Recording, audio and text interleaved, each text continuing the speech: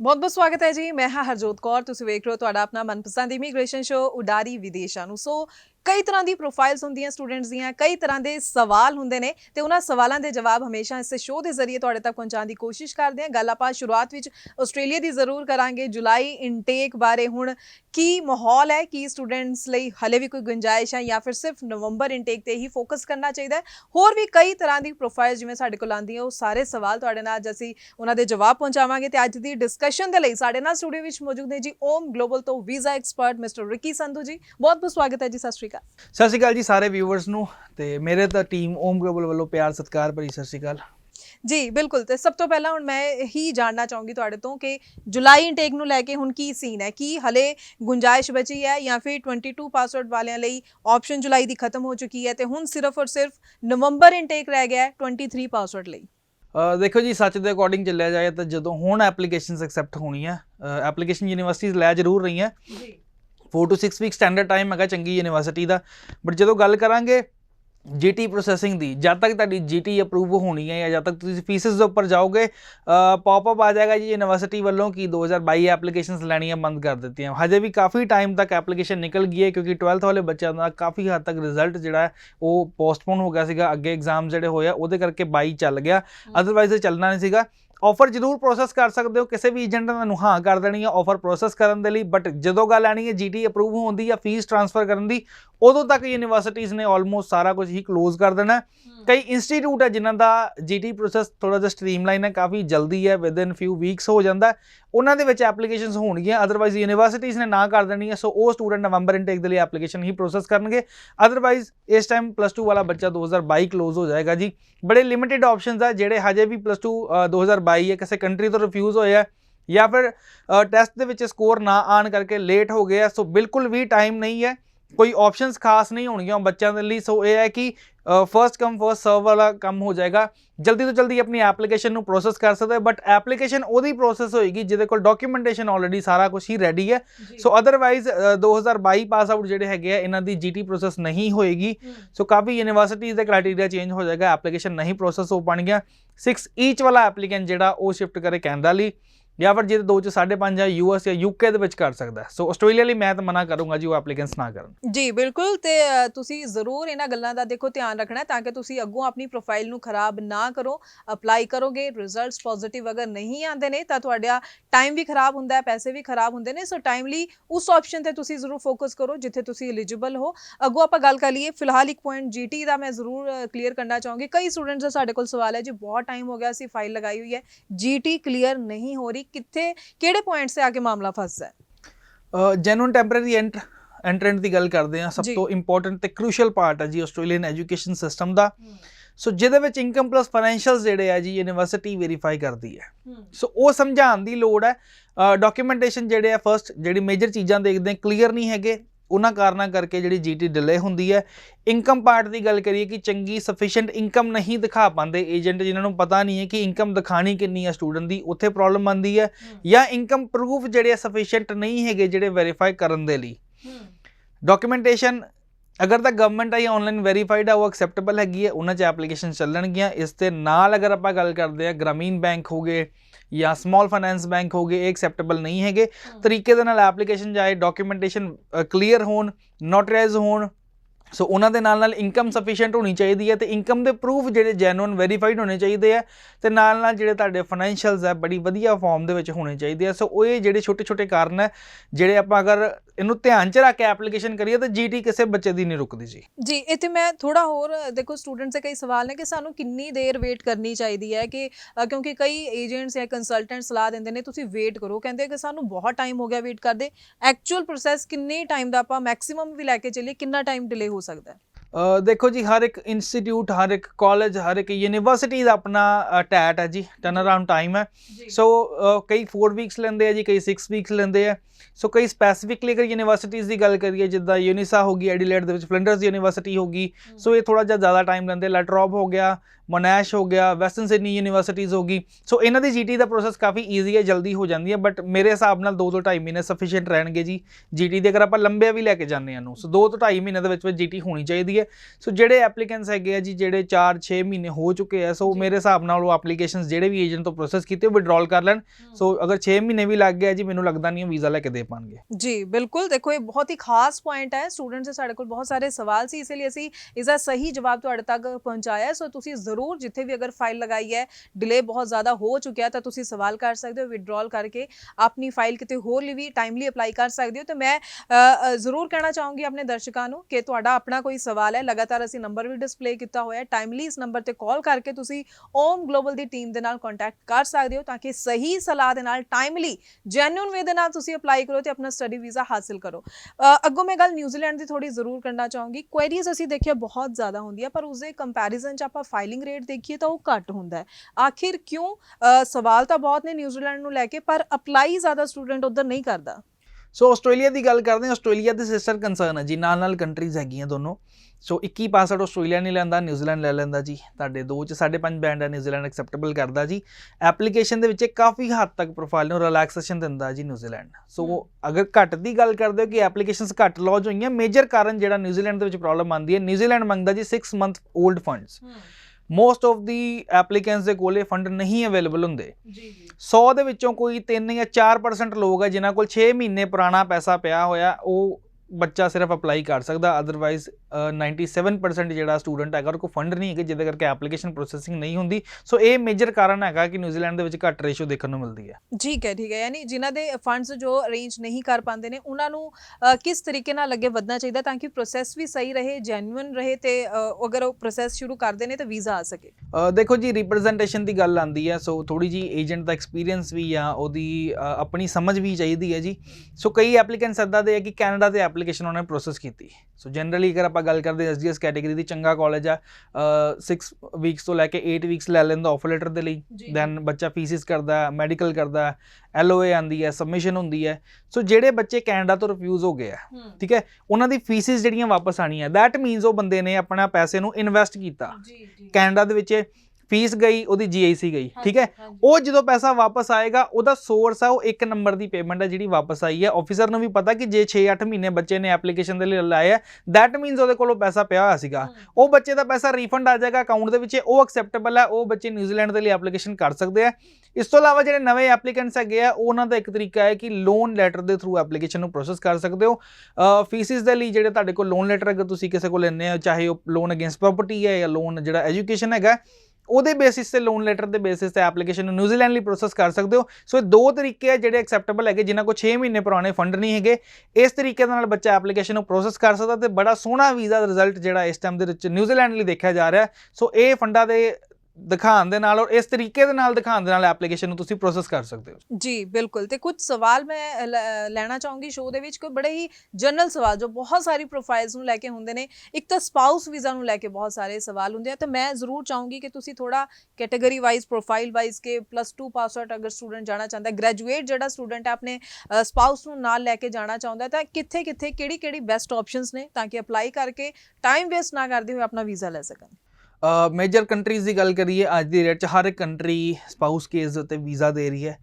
Australia ਦੇ ਵਿੱਚ almost ਸਾਰੇ ਐਪਲੀਕੈਂਟਸ ਪ੍ਰੋਸੈਸ ਕਰਦੇ ਸੀਗੇ, UK ਦੇ ਵਿੱਚ ਕਰਦੇ ਸੀਗੇ, US 'ਚ ਕਰਦੇ ਸੀਗੇ, ਚਾਹੇ ਉਹ ਡਿਪੈਂਡੈਂਟ ਐਪਲੀਕੇਸ਼ਨਸ ਆ ਜਾਂ ਸਪਾਊਸ ਅਗਰ ਨਾਲ ਵੀ ਜਾਂਦਾ, ਥੋੜੀ ਜਿਹੀ ਉਹਦੀ ਕੰਡੀਸ਼ਨਸ ਜ਼ਰੂਰ ਰਹਿੰਦੀਆਂ ਸੀਗੀਆਂ। ਅੱਜ ਦੀ ਡੇਟ 'ਤੇ ਅਗਰ ਆਪਾਂ ਗੱਲ ਕਰੀਏ ਤਾਂ ਕੈਨੇਡਾ ਨੇ ਵੀ ਆਫੀਸ਼ੀਅਲੀ ਅਨਾਊਂਸ ਕੀਤਾ ਕੁਝ ਦੇਰ ਤੋਂ। ਸੋ ਅਸੀਂ ਆਲਰੇਡੀ ਇਹਦੇ ਵਿੱਚ ਵੀਜ਼ਾਸ ਗ੍ਰਾਂਟ ਕੀਤੇ ਵੀ। ਅੱਜ ਦੀ ਡੇਟ 'ਚ ਕੀ ਸਮਝਣ ਦੀ ਲੋੜ ਹੈ, ਐਪਲੀਕੇਸ਼ਨ ਕਿਹੜੀ ਐਲੀਜੀਬਲ ਕਿਹੜੀ ਕੰਟਰੀ ਦੇ ਲਈ ਹੈ। ਸਾਰੀ ਕੰਟਰੀਆਂ ਦੇ ਵਿੱਚ ਸਪਾਊਸ ਕੇਸ ਹੁੰਦਾ ਜੀ, ਬਿਲਕੁਲ ਸਪਾਊਸ ਨਾਲ ਜਾ ਸਕਦਾ, ਬਟ ਹਰ ਇੱਕ ਕੰਟਰੀ ਦਾ ਆਪਣਾ ਪੈਰਾਮੀਟਰ, ਆਪਣੀ ਰਿਕੁਆਇਰਮੈਂਟ ਹੈ।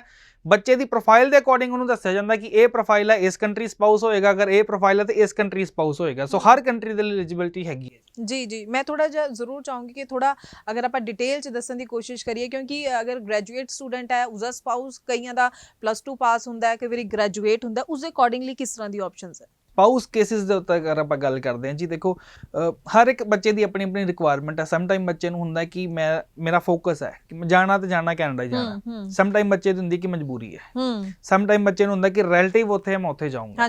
ਸੋ +2 ਦੀ ਗੱਲ ਕਰਦੇ ਹਾਂ ਕਿ ਮੇਨ ਐਪਲੀਕੈਂਟ, ਅਗਰ ਬਾਕੀ ਕੰਸਲਟੈਂਟ ਦੀ ਗੱਲ ਕਰਦੇ ਹੋ, ਆਸਟ੍ਰੇਲੀਆ ਦੇ ਵਿੱਚ ਐਪਲੀਕੇਸ਼ਨ ਕਹਿੰਦੇ ਕਿ ਮੇਨ ਐਪਲੀਕੈਂਟ ਅਗਰ ਗ੍ਰੈਜੂਏਟ ਹੈ, ਸਪਾਊਸ ਗ੍ਰੈਜੂਏਟ ਹੈ, ਫਿਰ ਸਪਾਊਸ ਕੇਸ ਹੋਏਗਾ। ਬਟ ਅਗਰ ਤੁਹਾਡਾ ਮੇਨ ਐਪਲੀਕੈਂਟ ਗ੍ਰੈਜੂਏਟ ਹੈ, ਸੋ ਪਹਿਲੀ ਜਿਹੜੀ ਰਿਕੁਆਇਰਮੈਂਟ ਹੈ, ਕਿਸੇ ਵੀ ਕੰਟਰੀ ਦੀ ਸਪਾਊਸ ਕੇਸ ਲਾਣਾ ਚਾਹੁੰਦੇ ਹੋ, ਮੇਨ ਐਪਲੀਕੈਂਟ ਦਾ ਗ੍ਰੈਜੂਏਟ ਹੋਣਾ ਬਹੁਤ ਜ਼ਰੂਰੀ ਹੈ। ਅੱਜ ਦੀ ਡੇਟ ਦੀ ਅਗਰ ਗੱਲ ਕਰਦੇ ਹਾਂ, 17 ਜਾਂ 18 ਸਾਲ ਦੀ ਏਜ ਦੇ ਵਿੱਚ +2 ਬੱਚਾ ਕਰ ਲੈਂਦਾ ਜੀ। 18 ਸਾਲ ਜਿੰਨੇ ਵੀ +2 ਕੀਤੀ, ਉਹਦੇ ਨਾਲ ਹੀ ਵੈਡਿੰਗ ਕਰਾ ਲੇਗਾ, ਉਹ ਸੈਂਸ ਨਹੀਂ ਬਣਦੀ। ਆਫੀਸਰ ਨੂੰ ਵੀ ਸਮਝ ਆਉਂਦੀ ਕਿ ਇੰਨੀ ਤੁਹਾਨੂੰ ਕੀ ਲੋੜ ਪੈ ਗਈ, ਤੁਸੀਂ ਇੱਕ ਤਾਂ ਵਿਆਹ ਕਰਾ ਲਿਆ, ਦੂਜਾ ਨਾਲ ਦੇ ਨਾਲ ਤੁਸੀਂ ਬਾਹਰ ਜਾਣਾ ਚਾਹੁੰਦੇ ਹੋ। ਦੈਟ ਮੀਨਸ ਕਿ ਉਹ ਚੀਜ਼ ਜਿਹੜੀ ਅਰੇਂਜ ਹੈ ਤੇ ਆਫੀਸਰ ਉਹਦੇ ਵਿੱਚ ਵੀਜ਼ਾਸ ਗ੍ਰਾਂਟ ਨਹੀਂ ਕਰਦਾ। 20 ਤੋਂ 21 ਸਾਲ ਦੇ ਏਜ ਦੇ ਵਿੱਚ ਤੁਹਾਡੀ ਗ੍ਰੈਜੂਏਸ਼ਨ ਅਗਰ ਹੋ ਜਾਂਦੀ ਹੈ, ਉਸ ਤੋਂ ਬਾਅਦ ਤੁਹਾਡਾ ਐਕਸਪੀਰੀਅੰਸ ਹੈ ਜਾਂ ਤੁਸੀਂ ਕੋਈ ਵੀ ਚੀਜ਼ ਉੱਚ ਫਰਦਰ ਐਜੂਕੇਸ਼ਨ ਕੀਤੀ ਹੈ ਜਾਂ ਐਕਸਪੀਰੀਅੰਸ ਲਿਆ ਜਾਂ ਡਿਪਲੋਮਾ ਕੀਤਾ, ਫਿਰ ਤੁਹਾਡੀ ਵੈਡਿੰਗ ਹੈ ਕਿਤੇ ਨਾ ਕਿਤੇ ਸੈਂਸੇਬਲ ਬਣਦੀ ਹੈ। ਕਿਉਂਕਿ ਅਗਰ ਏਜ ਦੀ ਵੀ ਗੱਲ ਕਰੀਏ, 21 ਅਬਵ ਦੇ ਵਿੱਚ ਜਿਹੜੀ ਹੈ ਇੰਡੀਅਨ ਲਾਅ ਦੇ ਅਕੋਰਡਿੰਗ ਵੀ ਦੇਖਿਆ ਜਾਵੇ ਵੈਡਿੰਗ ਜਿਹੜੀ ਕਰ ਸਕਦੇ ਹੋ। ਸੋ +2 ਵਾਲਾ ਐਪਲੀਕੈਂਟ ਜਿਹੜਾ ਵੀ ਸਪਾਊਸ ਲਾਣਾ ਚਾਹੁੰਦਾ, ਉਹ ਮੈਂ ਹੱਥ ਜੋੜ ਕੇ ਬੇਨਤੀ ਹੀ ਕਰਦਾ ਕਿ ਉਹ ਐਪਲੀਕੇਸ਼ਨ ਨਾ ਪ੍ਰੋਸੈਸ ਕਰੇ, ਕਿਉਂਕਿ ਸਪਾਊਸ ਵੀਜ਼ਾ ਨਹੀਂ ਲੱਗਣਾ। ਜਿਹੜੇ ਵੀ ਏਜੰਟ ਨੇ ਉਸ ਐਪਲੀਕੈਂਟ ਨੂੰ ਹਾਂ ਕੀਤੀ, ਉਹਦਾ ਵੀਜ਼ਾ ਰਿਫਿਊਜ਼ ਹੋਏਗਾ। ਸੋ ਉਹ ਏਜੰਟ ਦੀ ਆਪਣੀ ਠੱਗੀ ਹੈ ਜੀ, ਉਹਦੀ ਆਪਣੀ ਚਾਲ ਹੈ ਬੱਚੇ ਨੂੰ ਫਸਾਉਣ ਦੀ ਕਿ ਮੈਂ ਕਿਸੇ ਨਾ ਕਿਸੇ ਤਰੀਕੇ ਨਾਲ ਇਹਦੇ ਕੋਲੋਂ ਪੈਸਾ ਲੈ ਲਾਂ। ਠੀਕ ਹੈ। ਸੋ ਜਿਹੜੇ ਗ੍ਰੈਜੂਏਟ ਐਪਲੀਕੈਂਟ ਹੈ, ਹਰ ਇੱਕ ਏਜੰਟ ਕਹਿੰਦਾ ਆਸਟ੍ਰੇਲੀਆ ਜਾਣਾ ਜੀ, ਦੋਨੋਂ ਐਪਲੀਕੈਂਟ ਗ੍ਰੈਜੂਏਟ ਹੋਣਗੇ, ਮੈਂ ਤਾਂ ਤੁਹਾਨੂੰ ਸਪਾਊਸ ਲੈ ਕੇ ਦਊਂਗਾ। ਜੇ ਤੁਸੀਂ ਗ੍ਰੈਜੂਏਟ ਹੋ, ਤੁਹਾਡਾ ਸਪਾਊਸ +2 ਹੈ, ਓਮ ਗਲੋਬਲ ਤੁਹਾਨੂੰ ਆਸਟ੍ਰੇਲੀਆ ਦਾ ਵੀਜ਼ਾ ਸਪਾਊਸ ਤੇ ਲੈ ਕੇ ਦਊਗਾ। ਸੇਮ ਟਾਈਮ ਤੇ ਦੋਵਾਂ ਨੂੰ ਟਰੈਵਲ ਇਕੱਠਾ ਕਰਾਵਾਂਗੇ ਜੀ। ਸੋ ਮੋਸਟਲੀ ਏਜੰਟ ਕਹਿੰਦਾ ਕਿ ਠੀਕ ਹੈ, ਮੇਨ ਐਪਲੀਕੈਂਟ ਦਾ ਵੀਜ਼ਾ ਗ੍ਰਾਂਟ ਹੋਇਆ 4 ਮਹੀਨੇ ਬਾਅਦ ਭੇਜਾਂਗੇ, ਅਸੀਂ ਇਦਾਂ ਦਾ ਕੁਝ ਨਹੀਂ ਕਰਦੇ, ਇਕੱਠੇ ਭੇਜਾਂਗੇ। ਸੋ ਕਈ ਐਪਲੀਕੈਂਟਸ ਐਸੇ ਹੈ ਜਿਹੜੇ ਬਿਲੋ 12th ਹੈ, ਕੋਈ 10th ਪੜ੍ਹਿਆ, ਕੋਈ ਬਿਲੋ 10th ਹੈ, ਉਹ ਐਪਲੀਕੇਸ਼ਨਸ ਦੇ ਵਿੱਚ ਆਪਾਂ UK ਸਪਾਊਸ ਕਰ ਸਕਦੇ। ਇੱਕ ਐਡਵਾਂਟੇਜ ਹੋਰ ਹੈ, ਸਾਰੀ ਕੰਟਰੀਆਂ ਦੇ ਵਿੱਚ ਮਾਸਟਰਸ ਮਿਲਦੀ ਹੈ ਜੀ 2 ਸਾਲ ਦੀ। ਸਿਰਫ UK ਐਸੀ ਕੰਟਰੀ ਹੈ ਜਿਹੜਾ 1 ਸਾਲ ਦੀ ਮਾਸਟਰਸ ਦਿੰਦਾ। ਉਹਦੇ ਨਾਲ ਐਪਲੀਕੇਸ਼ਨ ਨੂੰ ਪ੍ਰੋਸੈਸ ਕਰਕੇ ਤੁਸੀਂ UK ਦੇ ਵਿੱਚ ਸਪਾਊਸ ਵੀਜ਼ਾ ਹਾਸਲ ਕਰ ਸਕਦੇ ਹੋ। ਇਸ ਤੋਂ ਆਲਟਰਨੇਟ ਜਾਂਦੇ ਹਾਂ ਜੀ ਕੈਨੇਡਾ ਵੱਲ। ਕੈਨੇਡਾ ਦੇ ਵਿੱਚ ਐਪਲੀਕੇਸ਼ਨ ਪ੍ਰੋਸੈਸ ਕਰ ਸਕਦੇ, ਬਟ ਹੁਣ ਉਹਦੇ 'ਚ ਇੱਕ ਚੀਜ਼ ਜ਼ਰੂਰ ਕਲੀਅਰ ਸੀਗੀ ਕਿ ਬੱਚਾ ਨਾਲ ਜੁਆਇਨ ਕਰ ਸਕਦਾ। ਬਟ ਵੀਜ਼ਾ ਕੈਟੇਗਰੀ 'ਚ ਕਈ ਏਜੰਟ ਨੂੰ ਇਹ ਭੁਲੇਖਾ ਹੈ ਕਿ ਕਿਹਦੇ 'ਚ ਐਪਲੀਕੇਸ਼ਨ ਕਰੀਏ, ਕਿ ਉਹ ਅਸੀਂ ਵਿਜ਼ਿਟਰ 'ਚ ਪਾਈਏ ਵੀਜ਼ਾ ਲੱਗੂਗਾ ਜਾਂ ਓਪਨ ਵਰਕ ਪਰਮਿਟ 'ਚ ਪਾਈਏ ਉਹਦੇ 'ਚ ਵੀਜ਼ਾ ਲੱਗੂਗਾ। ਸੋ ਉਹ ਐਸੇ ਵਿਦਿਆਰਥੀ ਜਿਹੜੇ ਕੈਨੇਡਾ ਜਾਣਾ ਚਾਹੁੰਦੇ ਸਪਾਊਸ ਵੀਜ਼ਾ ਤੇ, ਓਮ ਗਲੋਬਲ ਟੀਮ ਨਾਲ ਸੰਪਰਕ ਕਰ ਸਕਦੇ ਜੀ, ਅਸੀਂ ਤੁਹਾਡਾ ਸਪਾਊਸ ਵੀਜ਼ਾ ਕੈਨੇਡਾ ਤੇ ਲੈ ਕੇ ਦਾਂਗੇ। ਇਸ ਤੋਂ ਬਾਅਦ ਜਾਂਦੇ ਹਾਂ ਜੀ US ਵੱਲ। US ਥੋੜਾ ਜਿਹਾ ਟ੍ਰਿਕੀ ਚੱਲਦਾ ਜੀ। ਜੇ ਤਾਂ ਸਪਾਊਸ ਨਾਲ ਅਪਲਾਈ ਕਰਨਾ ਚਾਹੁੰਦੇ ਹੋ, ਕੰਡੀਸ਼ਨ ਇਹ ਹੈ ਕਿ ਤੁਹਾਨੂੰ ਪਹਿਲਾਂ ਤਾਂ ਇੰਗਲਿਸ਼ ਆਣੀ ਚਾਹੀਦੀ ਹੈ। ਇਕੱਠੀ ਐਪਲੀਕੇਸ਼ਨ ਕਰਨੀ ਹੈ, ਅਗਰ ਦੋਨਾਂ ਨੂੰ ਇੰਗਲਿਸ਼ ਆਉਂਦੀ ਹੈ, ਮੇਨ ਐਪਲੀਕੈਂਟ ਨਾਲ ਸਪਾਊਸ ਨੂੰ ਵੀ, ਫਿਰ ਉਹ ਨਾਲ ਐਪਲੀਕੇਸ਼ਨ ਕਰ ਸਕਦਾ। ਅਦਰਵਾਈਜ਼ ਮੇਨ ਐਪਲੀਕੈਂਟ ਦਾ ਵੀਜ਼ਾ ਜਦੋਂ ਗ੍ਰਾਂਟ ਹੋ ਜਾਏਗਾ, ਉਸ ਤੋਂ ਬਾਅਦ ਇੰਟਰਵਿਊ ਕਰਦਾ, ਉਹ ਲੈਂਗੁਏਜ ਉਹਦੇ ਲਈ ਆਪਸ਼ਨਲ ਹੋ ਜਾਏਗੀ। ਸੋ ਇਹ ਪੈਰਾਮੀਟਰ ਦੇ ਨਾਲ ਜਿਹੜਾ ਬੱਚਾ ਜਿੱਥੇ ਕੁਆਲੀਫਾਈ ਕਰਦਾ, ਉਹਦੇ ਅਕੋਰਡਿੰਗਲੀ ਸਪਾਊਸ ਕੇਸ ਉਸ ਕੰਟਰੀ ਦੇ ਹਿਸਾਬ ਨਾਲ ਕਰ ਸਕਦਾ ਜੀ। ਇਹ ਪੈਰਾਮੀਟਰਾਂ ਤੇ ਹਰ ਇੱਕ ਕੰਟਰੀ ਸਪਾਊਸ ਵੀਜ਼ਾ ਦਿੰਦੀ ਹੈ ਜੀ। ਬਿਲਕੁਲ। ਸੋ ਦੇਖੋ ਕਾਫੀ ਡਿਟੇਲ ਵਿੱਚ ਦੱਸਿਆ ਰਿੱਕੀ ਜੀ ਨੇ ਕਿ ਕਿਸ ਤਰ੍ਹਾਂ ਨਾਲ ਹੁਣ ਤੁਸੀਂ ਇਹ ਦੇਖਣਾ ਕਿ ਤੁਹਾਡੀ ਪ੍ਰੋਫਾਈਲ ਕੀ ਹੈ, ਤੁਹਾਡਾ ਜੋ ਸਪਾਊਸ ਹੈ ਉਹ ਕੀ ਉਹਨਾਂ ਦੀ ਕੁਆਲੀਫਿਕੇਸ਼ਨ ਹੈ, ਉਸਦੇ ਅਕੋਰਡਿੰਗਲੀ ਤੁਸੀਂ ਸਹੀ ਆਪਸ਼ਨ ਤੇ ਚੱਲਦੇ ਹੋਏ ਤੁਸੀਂ ਜ਼ਰੂਰ ਟਰਾਈ ਕਰਕੇ ਆਪਣਾ ਵੀਜ਼ਾ ਲੈ ਸਕਦੇ ਹੋ। ਅੱਗੋਂ ਆਪਾਂ ਗੱਲ ਥੋੜੀ ਜੀ ਮੈਂ ਕੈਨੇਡਾ ਦੇ ਨॉन SGS ਪ੍ਰੋਫਾਈਲ ਸੇ ਪੁੱਛਣਾ ਚਾਹੂੰਗੀ, ਰਿਜ਼ਲਟਸ ਅੱਜ ਦੇ ਟਾਈਮ ਵਿੱਚ ਕਿਸ ਤਰ੍ਹਾਂ ਦਾ ਰਹਿ ਰਿਹਾ ਹੈ? ਕਿਉਂਕਿ ਬਹੁਤ ਸਾਰੀਆਂ ਮਾਰਕੀਟ ਵਿੱਚ ਖਬਰਾਂ ਨੇ, ਸਟੂਡੈਂਟ ਸਾਨੂੰ ਪੁੱਛਦੇ ਨੇ ਕਿ ਨॉन SGS ਦਾ ਅੱਛਾ ਰਿਸਪੌਂਸ ਨਹੀਂ ਹੈ, ਸਿਰਫ SGS ਵਾਲਿਆਂ ਦਾ ਹੀ ਚੰਗਾ ਰਿਜ਼ਲਟ ਹੈ ਕਿਆ? ਦੇਖੋ ਜੀ, ਵੀਜ਼ਾਸ ਜਿਹੜੇ ਗ੍ਰਾਂਟ ਹੁੰਦੇ ਕਿਸੇ ਕਾਲਜ ਦੇ ਬੇਸ ਤੇ ਨਹੀਂ ਹੁੰਦੇ, ਓਵਰਆਲ ਪ੍ਰੋਫਾਈਲ ਤੇ ਹੁੰਦੇ ਆ। ਡਜ਼ਨਟ ਮੈਟਰ ਉਹ SGS ਹੈ, ਡਜ਼ਨਟ ਮੈਟਰ ਉਹ ਨॉन SGS ਹੈ। ਸੋ ਫਾਈਲ ਦੀ ਰਿਪਰੈਜ਼ੈਂਟੇਸ਼ਨ ਕਿੱਦਾਂ ਦੀ ਹੈ, ਤੁਹਾਡਾ ਕੋਰਸ ਰਿਲੇਵੈਂਟ ਹੈ ਜਾਂ ਨਹੀਂ ਹੈ, ਕੀ ਤੁਸੀਂ ਐਡਮਿਸ਼ਨ ਕ੍ਰਾਈਟੇਰੀਆ ਦੀ ਰਿਕੁਆਇਰਮੈਂਟ ਨੂੰ ਮੀਟ ਕਰਦੇ ਹੋ ਜਾਂ ਨਹੀਂ ਕਰਦੇ। ਸੋ ਇਹ ਬੇਸਿਕ ਚੀਜ਼ਾਂ ਜਿਹੜੀਆਂ ਪਹਿਲਾਂ ਤਾਂ ਦੇਖਣੀਆਂ ਜ਼ਰੂਰੀ ਹੈ। ਇਸ ਤੋਂ ਬਾਅਦ ਤੁਹਾਡੀ ਡਿਟੇਲਡ ਇੱਕ SOP, ਸਟੇਟਮੈਂਟ ਆਫ ਪਰਪਸ, ਕਿ ਤੁਸੀਂ ਕੈਨੇਡਾ ਕਿਉਂ ਜਾਣਾ ਚਾਹੁੰਦੇ ਹੋ, ਇਸ ਕੋਰਸ 'ਚ ਕਿਉਂ ਜਾਣਾ ਚਾਹੁੰਦੇ ਹੋ, ਇਸ ਕਾਲਜ ਜਾਂ ਯੂਨੀਵਰਸਿਟੀ 'ਚ ਕਿਉਂ ਜਾਣਾ ਚਾਹੁੰਦੇ ਹੋ, ਫਿਊਚਰ ਤੁਹਾਡੇ ਪਲਾਨਸ ਕੀ ਹੈਗੇ, ਐਜੂਕੇਸ਼ਨ ਕੰਪਲੀਟ ਕਰਨ ਦਾ ਤੁਹਾਨੂੰ ਬੈਨੀਫਿਟ ਕੀ ਹੋਏਗਾ। ਸੋ ਤਰੀਕੇ ਨਾਲ ਅਗਰ ਉਸ ਐਪਲੀਕੇਸ਼ਨ ਨੂੰ ਤੁਸੀਂ ਰਿਪਰੈਜ਼ੈਂਟ ਕਰਦੇ ਹੋ, ਫਿਰ ਚਾਹੇ ਉਹ SGS ਹੈ ਜਾਂ ਨॉन SGS ਹੈ। ਸੋ ਪ੍ਰੋਬਲਮ ਇੱਕ ਇਹ ਆਉਂਦੀ ਕਿ ਨॉन SGS ਐਪਲੀਕੇਸ਼ਨ ਦੀ ਗੱਲ ਕਰਦੇ ਕਿ ਸਾਰੇ ਪਾਸੋਂ ਬੱਚਾ ਵਧੀਆ, ਫੀਸ ਬੱਚਾ ਕਰ ਦੂਗਾ, 6 ਈਚ ਬੈਂਡ ਸਕੋਰ ਹੈਗੇ, GAC ਕਰ ਸਕਦਾ ਬੱਚਾ, ਦੈਨ ਉਹਦੀ ਐਪਲੀਕੇਸ਼ਨ ਤੁਸੀਂ ਪ੍ਰੋਸੈਸ ਕਰਦੇ ਹੋ SGS 'ਚ। ਕਿਤੇ ਪਰਸੈਂਟੇਜ ਘੱਟ ਹੈ ਨॉन SGS, PT ਕੀਤਾ ਨॉन SGS, ਜਾਂ ਬੱਚੇ ਕੋਲ ਕਿਤੇ ਕਮੀ ਰਹਿ ਗਈ ਕਿਸੇ ਚੀਜ਼ 'ਚ, ਉਹ non SGS। But non SGS application ਵੀ ਕੁਆਲੀਫਾਈ ਕਰਦੀ ਹੈ, ਇੱਕ ਸ਼ਰਤ ਇਹ ਹੈ ਕਿ ਉਸ ਨੂੰ ਸਮਝਣ ਦੀ ਲੋੜ ਹੈ ਕਿ ਬੱਚਾ ਕਿਸੇ ਫੈਕਟਰ 'ਚੋਂ ਵੀਕ ਹੈ, ਉਹਨੂੰ ਕਿੱਦਾਂ ਐਪਲੀਕੇਸ਼ਨ ਨੂੰ ਰਿਪਰੈਜ਼ੈਂਟ ਕਰਨਾ ਹੈ। ਐਗਜ਼ਾਮਪਲ ਛੋਟੀ ਜਿਹੀ ਦਿੰਦਾ ਕਿ ਕਾਮਰਸ ਵਾਲਾ ਬੱਚਾ ਹੈ, ਅਕਾਊਂਟੈਂਸੀ ਦੇ ਵਿੱਚ ਉਹਦੇ ਸਕੋਰ ਹੈ ਜਾਂ ਉਹਦੇ ਬਿਜ਼ਨਸ ਦੇ ਵਿੱਚ ਸਕੋਰ ਹੈ, ਹੁਣ ਦੋ ਚੀਜ਼ਾਂ, ਅਗਰ ਕਿਸੇ ਬੱਚੇ ਦੀ ਅਕਾਊਂਟੈਂਸੀ ਦੇ ਵਿੱਚ ਸਕੋਰ ਘੱਟ ਹੈ ਜੀ। ਸੋ ਉਹਦਾ ਪ੍ਰੋਗਰਾਮ ਅਗਰ ਆਪਾਂ ਬਿਜ਼ਨਸ ਲੈ ਕੇ ਜਾਵਾਂਗੇ, ਕਿਉਂਕਿ ਜਿਹਦੇ ਚ ਸਕੋਰ ਜ਼ਿਆਦਾ ਸਕੋਰ ਕਰ ਗਿਆ, ਬੱਚਾ ਖਿੱਚ ਗਿਆ ਸਕੋਰ, ਉਹਦੇ ਚ ਇਹਦਾ ਵੀਜ਼ਾ ਗ੍ਰਾਂਟ ਹੋਏਗਾ।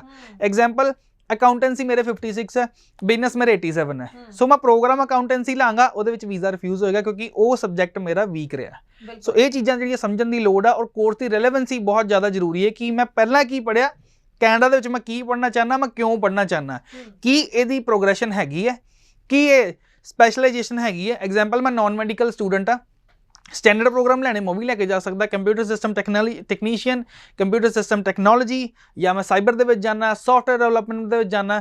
ਸੋ ਇਦਾਂ ਦੇ ਜਿਹੜੇ ਪ੍ਰੋਗਰਾਮ ਹੈਗੇ ਸਪੈਸ਼ਲਾਈਜੇਸ਼ਨ ਲੈ ਕੇ ਜਾਓਗੇ, ਕਲੀਅਰ ਕਰੋਗੇ ਕਿ ਮੈਂ ਆਪਣੀ ਕੰਟਰੀ ਤੋਂ ਇਲਾਵਾ ਤੁਹਾਡੀ ਕੰਟਰੀ ਨੂੰ ਕਿਉਂ ਚੁਣਿਆ, ਇਹਦੇ ਕੋਰਸ ਕਿਉਂ ਚੁਣੇ, ਮੈਨੂੰ ਬੈਨੀਫਿਟ ਕੀ ਹੋਊਗਾ, ਅਸੀਂ ਜਿਹੜੀ ਇਨਵੈਸਟਮੈਂਟ ਕੀਤੀ ਹੈ ਪੜ੍ਹਾਈ ਦੇ ਉੱਤੇ ਕੀ ਮੇਰੇ ਲਈ ਲਾਹੇਵੰਦ ਹੈ ਜਾਂ ਨਹੀਂ ਹੈ। ਅਗਰ ਤੁਸੀਂ ਇਹ ਚੀਜ਼ ਦਿਖਾ ਸਕਦੇ ਹੋ ਤਾਂ ਨਾਨ ਐਸਡੀਐਸ 'ਚ ਵੀ ਵੀਜ਼ਾ ਲੈ ਸਕਦੇ ਹੋ। ਜੀ ਬਿਲਕੁਲ। ਸੋ ਗੱਲ ਹੋਈ ਆ ਜਾਂਦੀ ਹੈ ਕੁੱਲ ਮਿਲਾ ਕੇ ਕਿ ਇੱਕ ਚੰਗਾ ਕੰਸਲਟੈਂਟ ਤੁਹਾਡੀ ਪ੍ਰੋਫਾਈਲ ਦੇ ਉੱਪਰ ਵਧੀਆ ਢੰਗ ਨਾਲ ਕੰਮ ਕਰਕੇ ਸਹੀ ਮੈਚ ਕਰਦੇ ਹੋਏ, ਕਿਉਂਕਿ ਕੋਰਸ ਸਿਲੈਕਸ਼ਨ ਬਹੁਤ ਵੱਡਾ ਰੋਲ ਹੈ, ਐਸਓਪੀ ਵੀ ਬਹੁਤ ਅਹਿਮ ਹੁੰਦੀ ਹੈ। ਸੋ ਇਹ ਸਭ ਚੀਜ਼ਾਂ ਤੇ ਕੰਮ ਇੱਕ ਚੰਗਾ ਕੰਸਲਟੈਂਟ ਹੀ ਕਰ ਸਕਦਾ, ਜਿਨ੍ਹਾਂ ਨੂੰ ਤਜਰਬਾ ਹੈ, ਕਈ ਪ੍ਰੋਫਾਈਲਸ ਉੱਪਰ ਉਹ ਕੰਮ ਕਰ ਚੁੱਕੇ ਹੁੰਦੇ ਨੇ। ਸੋ ਜੇਕਰ ਤੁਸੀਂ ਓਮ ਗਲੋਬਲ ਤੋਂ ਹੋਰ ਜਾਣਕਾਰੀ ਆਪਣੀ ਪ੍ਰੋਫਾਈਲ ਨਾਲ ਰਿਲੇਟਡ ਕੁਝ ਪੁੱਛਣਾ ਚਾਹੁੰਦੇ ਹੋ, ਨੰਬਰ ਲਗਾਤਾਰ ਡਿਸਪਲੇ ਹੈ, ਇਸ ਉੱਪਰ ਕਾਲ ਕਰੋ, ਉਹਨਾਂ ਦੀ ਟੀਮ ਦੇ ਨਾਲ ਕੰਟੈਕਟ ਕਰੋ। ਜੇਕਰ ਇਹਨਾਂ ਦੇ ਆਫਿਸ ਤੁਸੀਂ ਵਿਜ਼ਿਟ ਕਰਨਾ ਚਾਹੁੰਦੇ ਹੋ ਤਾਂ ਚੰਡੀਗੜ੍ਹ ਸੈਕਟਰ 17C ਦੇ ਵਿੱਚ ਇਹਨਾਂ ਦਾ ਆਫਿਸ ਹੈ। ਇਸ ਤੋਂ ਇਲਾਵਾ ਅੰਮ੍ਰਿਤਸਰ, ਜਲੰਧਰ, ਪਿਹੋਵਾ ਤੇ ਬਠਿੰਡਾ ਵਿੱਚ ਵੀ ਇਹਨਾਂ ਦੀ ਬ੍ਰਾਂਚਿਸ ਨੇ।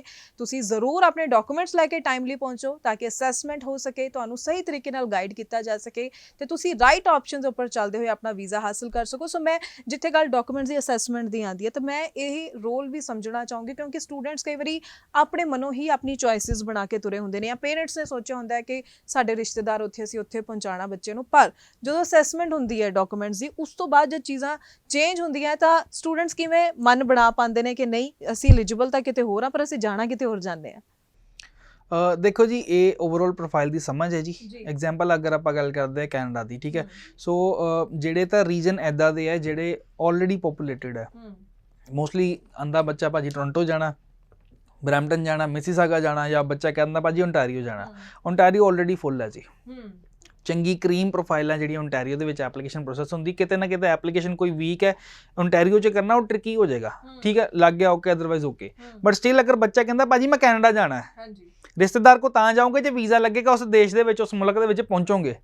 ਸੋ ਬੱਚਾ ਕਹਿੰਦਾ ਕਿ ਸਰ ਤੁਸੀਂ ਆਪਣੇ ਅਕੋਰਡਿੰਗਲੀ ਐਪਲੀਕੇਸ਼ਨ ਨੂੰ ਕਰੋ। ਅਗਰ ਗਵਰਨਮੈਂਟ ਦੀ ਜਿਹੜੀ ਇੰਸਟਰਕਸ਼ਨ ਹੈ, ਪੂਰਾ ਕੈਨੇਡਾ, ਅਗਰ ਮੇਰੇ 2-4 ਏਰੀਏ ਜਿਹੜੇ ਡਿਵੈਲਪ ਹੈ, ਮੈਂ ਬਾਕੀਆਂ ਨੂੰ ਵੀ ਕਰਨਾ ਹੈ।